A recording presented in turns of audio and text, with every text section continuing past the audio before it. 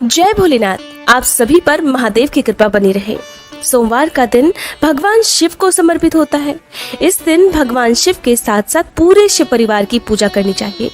साथ ही सोमवार का व्रत रखने वाले भक्तों को सोमवार की व्रत कथा भी जरूर सुननी चाहिए। व्रत कथा के और मंत्रों के बिना कोई भी व्रत अधूरा माना जाता है। व्रत रखने वाले भक्तों को दिन में केवल एक बार ही शुद्ध सात्विक भोजन ग्रहण करना चाहिए। सोमवार के दिन व्रत रखने वाले व्रती को चाहिए कि ब्रह्म मुहूर्त में उठकर स्नान करें, मंदिर और घर में गंगा जल छिड़ककर पवित्र करें, फिर भगवान शिव की पूजा की तैयारी करें। पूजा की तैयारी करने से पहले आप चाहें तो आसपास मंदिर में भी जा सकते हैं, नहीं तो घर पर भी पूजा कर सकते हैं। आज सोमवार के पावन अवसर पर आप रसपान करने वाले हैं सोमवार व्रत कथा का। जो लोग व्रत ना भी रख पाए उन्हें भी इस दिन भगवान शिव की विधि विधान से पूजा करके व्रत की कथा पढ़नी या सुननी चाहिए।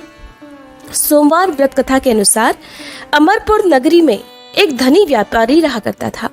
दूर दूर तक उसका व्यापार फैला हुआ था। नगर में उस व्यापारी का सभी लोग बहुत मान सम्मान करते थे।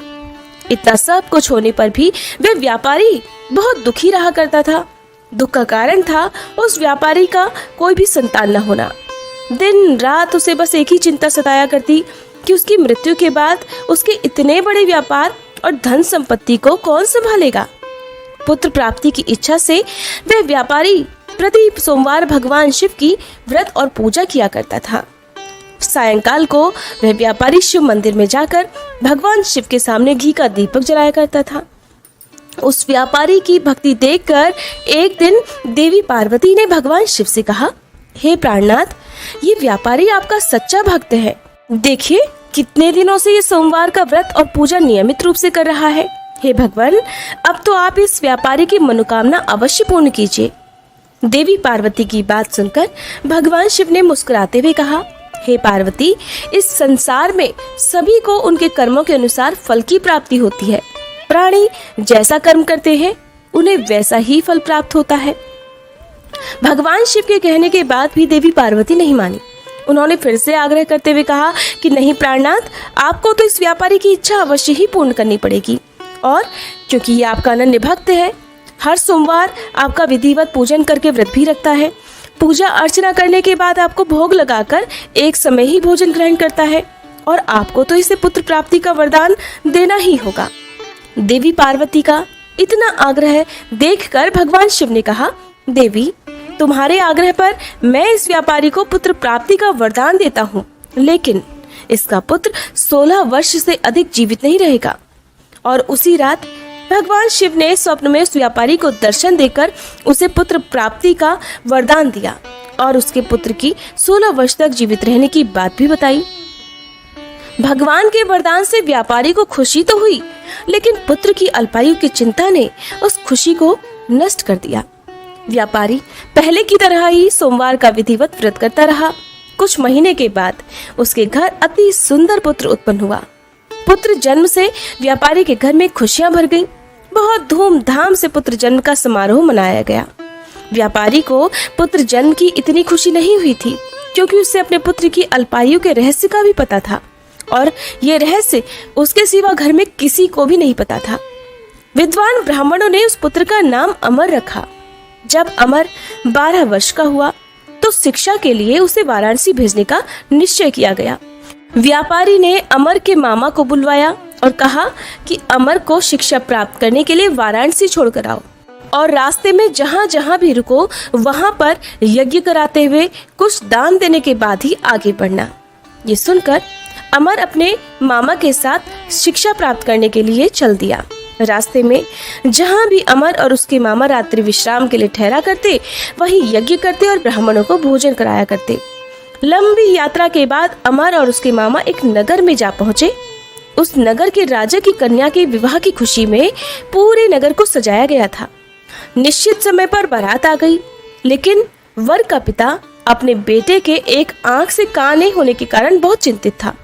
उसे इस बात का भय सता रहा था कि अगर राजा को इस बात का पता चल गया तो कहीं वह विवाह से इनकार न कर दे और इससे उसकी बदनामी भी होगी। वर के पिता ने अमर को देखा तो उसके मस्तिष्क में एक विचार आया। उसने सोचा, क्यों न इस लड़के को दुल्हा बनाकर राजकुमारी से इसका विवाह करवा दूं।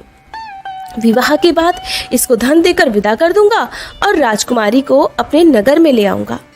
वर के पिता ने इसी संबंध में अमर और उसके मामा से बात की। मामा ने धन मिलने के लालच में वर के पिता की बात स्वीकार कर ली। अमर को दूल्हे के वस्त्र पहनाकर राजकुमारी के साथ विवाह करा दिया गया। अमर ये सारी घटना जानकर बहुत दुखी था और वो सच को छुपा नहीं पाया।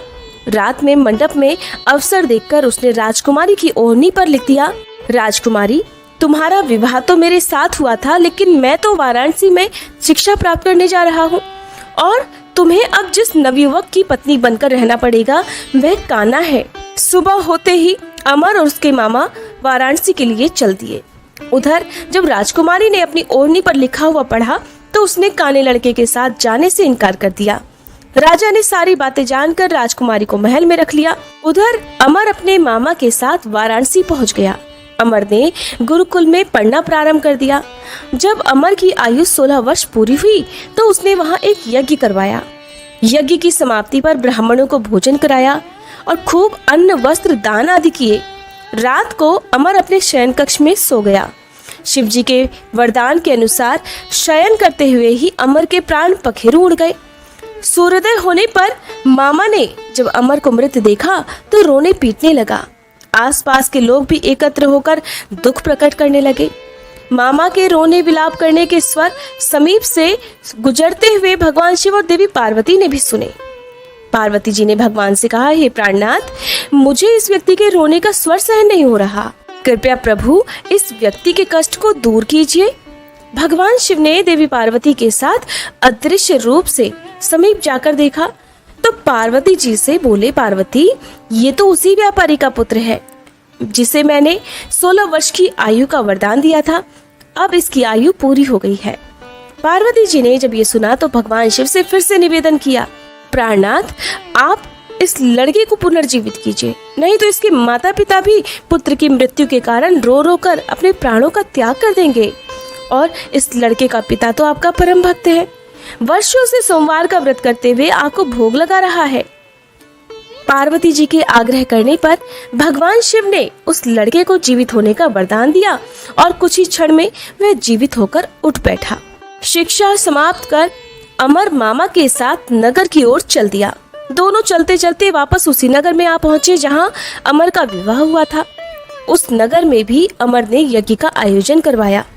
पास से गुजरते हुए नगर के राजा ने यज्ञ का आयोजन देखा तो राजा ने अमर को तुरंत पहचान लिया। यज्ञ समाप्त होने पर राजा अमर और उसके मामा को महल में ले गया और कुछ दिन तक उन्हें महल में रखकर बहुत सारा धन और वस्त्र आदि देकर राजकुमारी के साथ विदा कर दिया। रास्ते में सुरक्षा के लिए राजा ने बहुत सारे सैनिकों को भी साथ भेजा। मामा ने नगर में पहुंचते ही एक दूत को घर भेजकर अपने आगमन की सूचना भेजी। अपने बेटे अमर के जीवित वापस लौटने की खबर से व्यापारी बहुत प्रसन्न हुआ। व्यापारी ने अपनी पत्नी के साथ स्वयं को एक कमरे में बंद कर रखा था। भूखे प्यासे रहकर व्यापारी और उसकी पत्नी बेटे की प्रतीक्षा कर रहे थे। उन्होंने प्रतिज्ञा कर रखी थी कि यदि उन्हें अपने बेटे की मृत्यु का समाचार मिला तो वे दोनों भी अपने प्राण त्याग देंगे। व्यापारी अपनी पत्नी और मित्रों के साथ नगर के द्वार पर आ पहुंचा। अपने बेटे के विवाह का समाचार सुनकर पुत्रवधू राजकुमारी को देखकर उसकी खुशी का कोई ठिकाना नहीं रहा। उसी रात भगवान शिव ने व्यापारी के स्वप्न में आकर दर्शन देकर कहा, हे श्रेष्ठी, मैंने तेरे सोमवार के व्रत करने और व्रत कथा सुनने से प्रसन्न होकर तेरे पुत्र को लंबी आयु प्रदान की है। ये सुनकर व्यापारी बहुत प्रसन्न हुआ। इस प्रकार सोमवार का व्रत रखने से व्यापारी के घर में खुशियां लौट आई।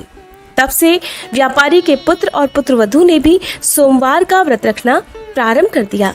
शास्त्रों में लिखा है कि जो भी स्त्री पुरुष सोमवार को विधिवत व्रत करते और व्रत की कथा पढ़ते या सुनते हैं, भगवान शिव उनकी सभी इच्छाएं पूर्ण करते हैं। प्रेम से बोलिए, बोले शंकर भगवान की जय, माता पार्वती की जय।